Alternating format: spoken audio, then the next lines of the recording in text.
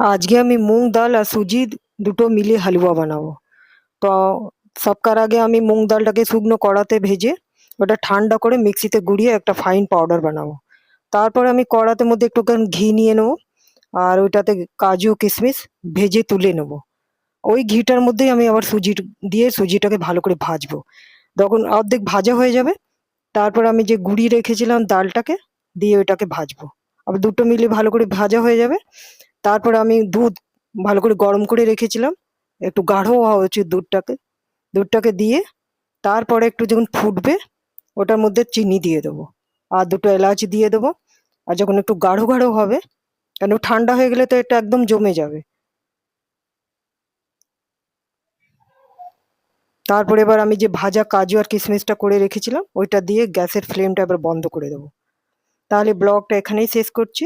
আবার একটা নতুন ব্লগ নিয়ে দেখা হবে। সবাই ভালো থাকবেন, সুস্থ থাকবেন।